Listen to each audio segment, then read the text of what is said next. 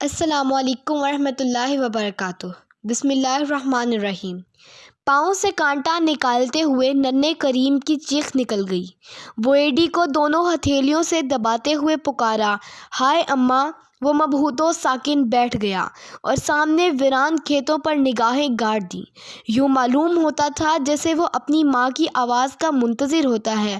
میرے انمول لال، میں آئی، میں ابھی کانٹا نکال دیتی ہوں۔ اس کے سر پر ایک کوا کائیں کائیں کرتا ہوا گزرا اور لڑکھڑاتا ہوا ایک جھاڑی میں جا گرا۔ کریم بھول گیا کہ اس کے پاؤں میں کانٹا ہے۔ وہ لنگڑاتا ہوا بھاگا اور کوے کو پکڑ لیا۔ وہ اپنے پروں کو پھڑپھڑانے لگا، اڑنے کی کوشش کی، مگر اس کا داہنا بازو زخمی ہو چکا تھا۔ کریم نے زمین سے مٹی اٹھا کر اس کے زخم پر جھڑکی اور 4 ٹھنڈی سانسیں دیں۔ کوے کو آرام پہنچا تو کھلی ہوئی چونچ بند کر لی اور آنکھوں میں وحشت کی بجائے اطمینان چھلکنے لگا۔ کریم نے بہت سے پتے اکٹھے کر کے سب سے بڑے نیم کی سب سے اونچی چوٹی پر جمائے، کوے کو 1-2 بار تھپک کر وہاں بٹھا دیا اور گھر کو لوٹ آیا۔ اس مصروفیت میں اس کے پاؤں کے درد میں نمایاں کمی آ گئی تھی۔ وہ ایک کسان کا اکلوتا بیٹا تھا۔ 1 سال ہوا اس کی ماں مر گئی۔ اس کے والد نے پچھلے دنوں ایک شادی کر لی تھی، لیکن اب یہ نئی ماں اس سے عجیب طرح سے پیش آتی تھی۔ وہ برتن ادھر کیوں نہیں رکھا؟ وہ پکار اٹھتا، اندر ہی تو پڑا ہے۔ وہ اس کے جبڑوں میں گھونسا جماتے ہوئے کہتی، تو مجھے بتایا کیوں نہیں؟ وہ چیخ کر کہتا، بتایا تو تھا میں نے۔ کریم نے کئی بار محسوس کیا کہ گھونسے کے زور سے اس کا دل رک گیا ہے، لیکن وہ کمبخت اچانک پھر دھڑک اٹھتا تھا اور وہ سہمی ہوئی نظروں سے ایک اور گھونسا سر پر منڈلاتے ہوئے دیکھتا۔ اول تو اس نے سوتیلی ماں کے خلاف صدائے احتجاج بھی بلند کی، چھوڑ دے مجھے ورنہ میری امی تیری بوٹیاں نوچ لے گی، چھوڑ دے مجھے ورنہ میرا ابا تجھے مار ڈالے گا۔ لیکن ایک دن جب اس کی سوتیلی ماں نے یہ کہا کہ تیری ماں کو تو قبر کے سانپ اور بچھو چمٹے پڑے ہوں گے، وہ تیرے باپ کا گھر تباہ کر کے اگلے جہاں میں آرام سے تھوڑی رہے گی، تو ننھا کریم غصے سے بے بس ہو کر اس پر جھپٹا، مگر دھکا کھا کر اندھے منہ جا گرا۔ دوڑا باپ کے پاس گیا اور چیخنے لگا، ابا، خالہ نے میرے دانت توڑ دیے، یہ دیکھو تو مسوڑے سے خون بہہ رہا ہے، یہ دیکھو نا، میری کوہنیاں چھل گئی ہیں۔ وہ کہتے ہیں تیری ماں کو سانپ بچھو کھا رہے ہیں، وہ جھوٹ بکتی ہے، میری ماں ہر رات آ کر میرا ماتھا چومتی ہے۔ تراخ کی آواز آئی اور پھر کریم کا کان اس کے باپ کی انگلیوں میں تھا۔ کان کو اینٹھتے ہوئے بولا، خالہ کے خلاف بک رہا ہے، اب تیری ماں کا راج نہیں رہا کہ گھر کا غلہ نکال کر دکانداروں کے آگے جا ڈالے گا اور کلچھڑے اڑائے گا، اب انسانوں کی طرح رہنا پڑے گا یہاں۔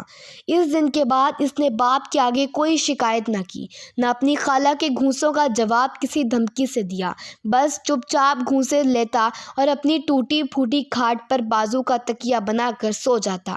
صبح گھونسے سہ کر باہر جاتا، مویشی چرا کر لاتا اور گھونسے سہ کر سو جاتا۔ اس دن وہ ایک بیل کے پیچھے بھاگا تو اس کی ایڑی میں کوئی بہت لمبا کانٹا چبھ گیا۔ زخمی کوے کو گھونسلے میں بٹھا کر گھر آیا اور اپنی ٹوٹی پھوٹی کھاٹ پر لیٹ گیا۔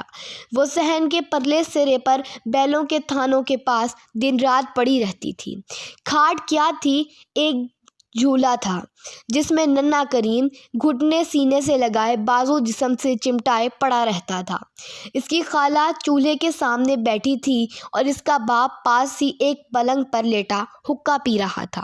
اس کی خالہ کہنے لگی، ابھی تک کریم نہیں آیا، جانے گاؤں میں کیا کرتا رہتا ہے؟ پرسوں کی بات ہے، ہمسائی کے ہاں گیا اور کہنے لگا، مجھے میری نئی ماں مارتی ہے، روٹی نہیں دیتی، میں بھوکا ہوں، ننگا ہوں۔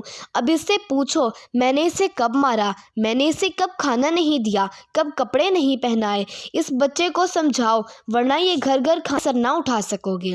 اس تقریر کریم نے 1-2 بار آواز دبا، میں آ گیا ہوں، لیکن باپ نے کچھ سنا نہ اس کی خالہ نے۔ جب وہ سانس لینے کے لیے رک گئی تو کریم ان کے قریب آیا اور بولا، میں تو کب کا بیٹھا ہوں خالہ۔ اس کا باپ حقہ ایک طرف کر کے اس کی طرف بڑھا، کیوں بے، تیری ماں کیا مری؟ تو دن بدن آزاد ہو گیا، گھر گھر میرے گلے ہو رہے ہیں۔ ایک تھپڑ کریم کے منہ پر پڑا۔ اس کے جی میں آئی کہ باپ کے اس ظلم کے خلاف احتجاج کرے، مگر زبان بے حس ہو کر رہ گئی۔ وہ چپ چاپ اٹھا اور اپنی کھاٹ کا رخ کیا۔ آج لنگڑا کیوں رہا ہے؟ اس کے باپ نے پوچھا۔ کانٹا چپ کیا تھا جی، کریم نے دردناک لہجے میں جواب دیا۔ آخری الفاظ کہتے ہوئے اس کی آواز کانپ گئی۔ اس کا باپ گرجنے لگا۔ کانٹا چپ گیا؟ امیر زادے کے آفت آ گئی اور لنگڑا یوں رہا ہے جیسے کسی نے پاؤں ہی اڑا دیا۔ ادھر آ، سوئی لے کر دیے کے پاس بیٹھ جا اور نکال اسے۔ کریم اندر جا کر سوئی لے آیا، دیے کے پاس بیٹھ کر ایڑی اٹھائی اور سوئی سے کانٹے کے ارد گرد کا گوشت کریدنے لگا۔ رہ رہ کر اسے اپنی ماں یاد آ رہی تھی، جو اسے ہاتھوں پر اٹھائے رکھتی تھی، جو اس کے لیے قسم قسم کی چیزیں خرید لاتی تھی، کھانے کی چیزیں، پہننے کی چیزیں، جس نے اپنی پڑوسن کو ایک دن کریم کے پاؤں سے کانٹا نکال رہی تھی کہا، ارے ذرا دھیرے دھیرے سوئی پھیر، بس یہ سمجھ تو میرے کلیجے پر سوئی پھیر رہی ہے۔ کریم کو یہ بات یاد آئی تو اس کی چیخ نکل گئی۔ اس کا باپ صحن کے پلڑے پر بیلوں کے آگے گھاس ڈال رہا تھا۔ اس کی خالہ اٹھی اور اس کے پاس آ کر کہنے لگی، کیوں بے لونڈے، رو کیوں رہا ہے تھا؟ سانپ نے ڈس لیا ہے کیا؟ اس نے حسرت بھری نگاہیں اٹھائیں اور خالہ کی گھورتی ہوئی آنکھوں میں گاڑ دی۔ اس کی خالہ نے اس کی گردن پر غصے سے الٹا ہاتھ مارا۔ کریم دیے پر جا گرا۔ دیا لڑک کر اس کی گود میں آ رہا۔ اس کے کپڑوں کو آگ لگ گئی۔ لہراتے ہوئے شعلوں سے چیخوں کا ایک طوفان بلند ہوا۔ ابا دوڑیو، میرے ابا، میں جل رہا ہوں ابا۔ اس کا باپ ہوا کی طرح اس کے پاس پہنچا، گڑے پر گڑا انڈیلنا شروع کر دیا۔ آگ بجھ گئی اور اب زمین پر کیچڑ میں لت پت بے ہوش کریم آہستہ آہستہ سانس لے رہا تھا۔ سارا محلہ اکٹھا ہو گیا۔ لالٹین جلائی گئی۔ کریم کا داہنا بازو، داہنی ران اور داہنی پسلیاں بری طرح جل چکی تھی، کھال اڑ چکی تھی اور نیچے سفید چربی چمک رہی تھی۔ اسے چارپائی پر الٹا دیا گیا۔ حکیم جی نے زخموں پر مکھن ملنے کو کہا اور اب لوگ چلے گئے۔ اب اس کے باپ کا دل پسیجا۔ اس نے اپنی بیوی کے مفہوم روح سامنے منڈیر پر اپنا چہرہ ہتھیلیوں میں سنبھالے بیٹھی آنسو گراتی نظر آئی۔ اس کی نگاہیں اپنے جلے ہوئے بے ہوش بچے پر گری ہوئی تھیں۔ پھر اس نے تاروں کی طرف اڑتے وقت ایک سمت اشارہ کیا۔ کریم کا باپ سب کچھ سمجھ گیا۔ اسے وہ دن یاد آ گیا جب شہر کے باہر بوڑھے نیم کی ٹیڑھی شاخوں کے گھنے سائے میں ان دونوں نے اپنے والدین کی باہمی دشمنی سے بے پرواہ ہو کر ہمیشہ کے لیے ایک ہونے کا عہد کیا تھا۔ اس کے روئیں روئیں سے پسینہ پھوٹ نکلا۔ اس کا سارا جسم سو گیا۔ وہ غیر ارادی طور پر اپنے بچے کی طرف بڑھا جس نے اب آنکھیں کھول دی تھیں اور جس کی سوتیلی ماں روٹی پر گھی ڈال کر کھا رہی تھی۔ وہ کریم کے قریب گیا، ماتھے پر ہاتھ پھیر کر پوچھا، میرے کریم، کہاں کہاں درد ہے تمہارے کہاں کہاں درد ہے؟ بتاؤ نا مجھے، بتاؤ کہ وہاں میں اپنے کلیجے کا خون نچوڑ دوں۔ تم مجھے گھور کیوں رہے ہو؟ میرے بچے، تم مجھے اس طرح نہ دیکھو۔ میرے ننھے اس طرح تمہارے کمینے باپ کی روح میں نشتر گڑ جاتے ہیں۔ کہاں کہاں درد ہے تمہارے؟ بتاؤ نا مجھے۔ ایڑی پر ابا، ایک نحیف آواز آئی۔ وہاں کانٹا چپ گیا تھا۔ کریم کا باپ کلیجہ پکڑ کر رہ گیا۔ ابھی تک کریم کو اپنے جلنے کی خبر نہیں تھی۔ وہ بولے جا رہا تھا، ابا یہاں ایڑی میں اتنا لمبا کانٹا چپ گیا۔ خالہ ذرا سوئی دینا، میں کانٹا نکال لوں۔ کریم کا باپ شدت درد سے بلبلا اٹھا۔ ہائے میرے بچے، ہائے میرے کریم، تم جل گئے ہو۔ تمہیں معلوم نہیں کیا؟ اللہ تمہیں اچھا کر دے، بہت جلد اچھا کر دے۔ میں اپنے کریم کے لیے اتنی چیزیں لاؤں گا کہ میرا کریم انہیں اکٹھا نہ کر سکے گا۔ کریم کو اب آہستہ آہستہ اپنے جلنے کا احساس ہو رہا تھا۔ اس کا باپ اس کی رنگت کی تبدیلی دیکھ کر ہراساں ہو گیا۔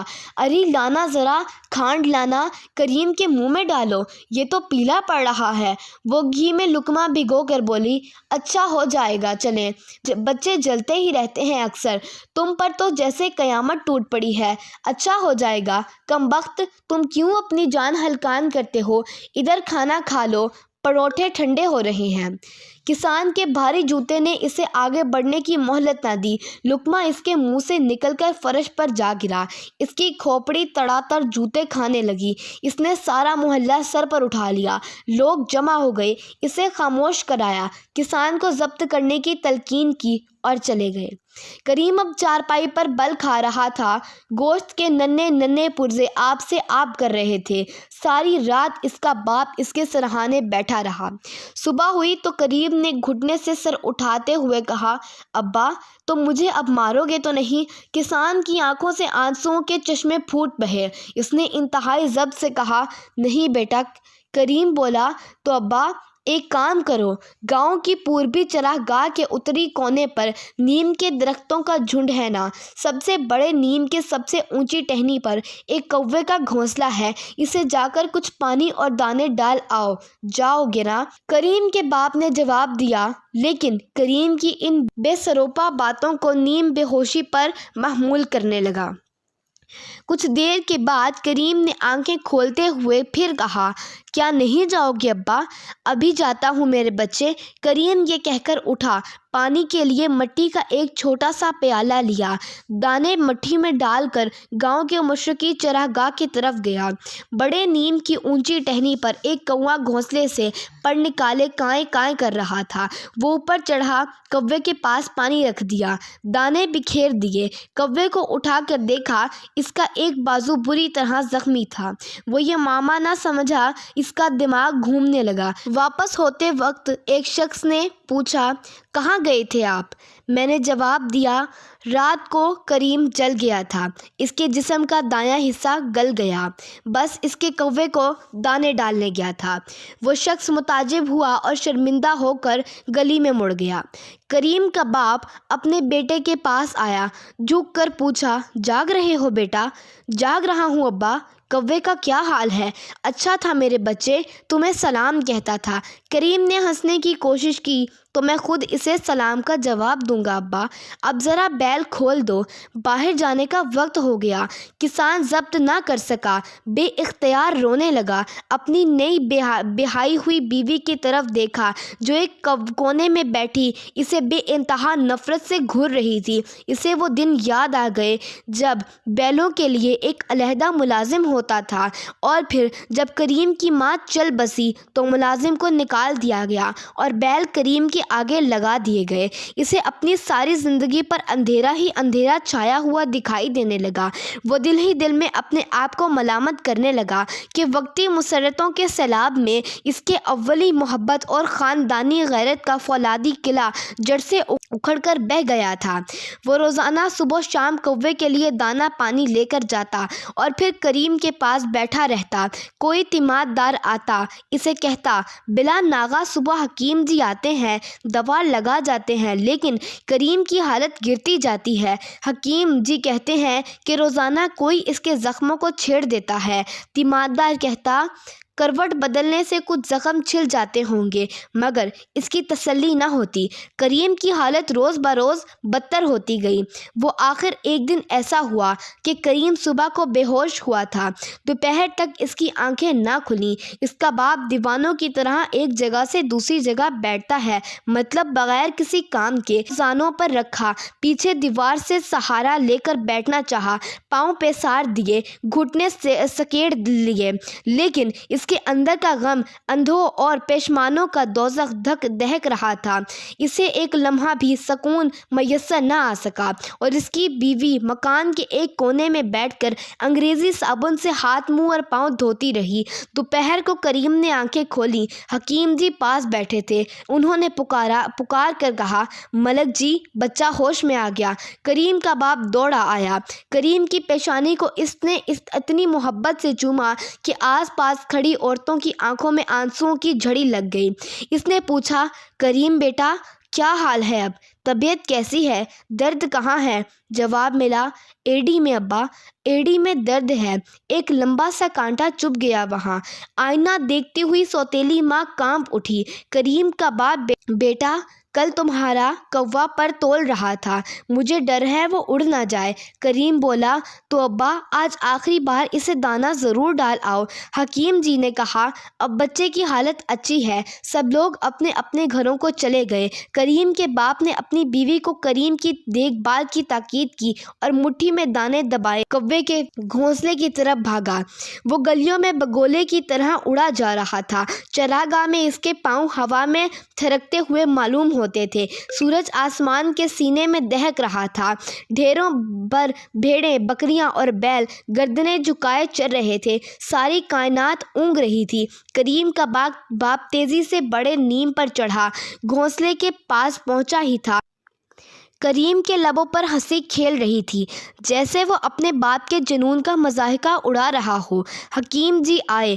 انہوں نے کریم کی نبضیں ٹٹول کر کہا، آج اس کے زخموں کو کسی نے بہت سختی سے چھیلا ہے، اس لیے جانبر نہ ہو سکا۔ آپ کے گھر میں کون تھا ملک جی؟ نئی بیوی کے ہاتھ سے لقمہ گر کر پانی میں کے برتن میں جا گرا۔ کریم کا باپ کپڑے پھاڑتا ہوا باہر نکل گیا۔ لوگوں، میرے بچے کی ایڑی میں کانٹا چبھ گیا ہے، اسے نکالو۔ نیم کے درخت میں ایک کوا رہتا ہے اور وہ آج پربت سے پرے اڑ گیا، اس کو پکڑ لاؤ۔ میری بیوی نے میرے بچے کے زخم چھیل دیے، ان پر پھاہا رکھو۔ لوگوں تم میرا منہ کیا تک رہے ہو؟ اس طرح کی اور دلچسپ کہانیوں کے لیے ہمارے چینل کو سبسکرائب کریں۔ سٹوری اچھی لگی ہو تو لائک کریں۔ شکریہ۔